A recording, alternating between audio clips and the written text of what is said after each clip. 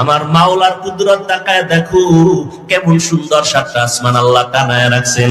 একটা খুঁটিও নিচের থেকে নাই, উপর থেকে রশির কোনো টানাও নাই, কখনো নড়াচড়াও করে না, ডিস্টার্বও করে না। আল্লাহ যেভাবে রাখছেন ওইভাবেই সেট হয়ে আছে। ও আল্লাহর বান্দারা, এই আসমান আর সাতটা জমিন আল্লাহ বানাইছেন ফি সিত্তাতি আইয়াম, মাত্র 6 দিনে। কয় দিন? আর তোমার আমার মতো বান্দা বান্দি, এক ফোঁটা পানির থেকে আল্লাহ বানাইছেন মায়ের গর্ভে ফেরেশতারে ওয়ার্কার বানাইয়া। 3 কেজির মতো ওজন, 1 হাতের মতো লম্বা। এই বান্দাটারে বানাইতে কয় মিনিট লাগে? বেশি লাগে? কিন্তু তাকাইয়া দেখো, এত বিশাল আসমান, 7টা জমিন আল্লাহ বানাইছেন 6 দিন।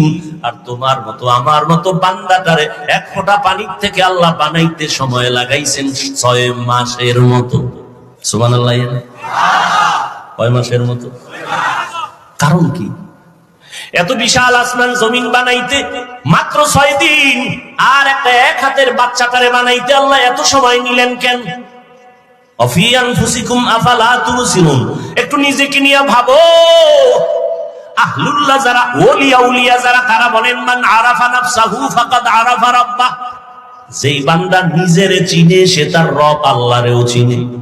আজ আমরা আল্লাহকে কেন চিনি না? কারণ আমাকে আমি চিনি না।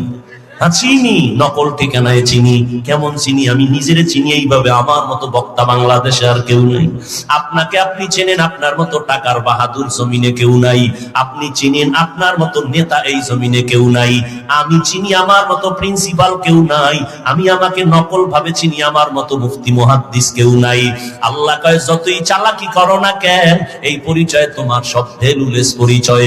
যেদিন সাদা কাফনে ঢুকবি, সেই দিন সব বাহাদুরি শেষ হয়ে যাবে। আমারও সাদা কাফন, আপনারও সাদা কাফন। আপনারও 3টা কাফন, আমারও 3টা কাফন। আমি বক্তা হিসাবে সম্মানে কেউ একটা কাফন বাড়াইয়াও দিবে না। আপনি গরিব হিসাবে একটা কাফন কেউ কমাইয়াও দিবে না।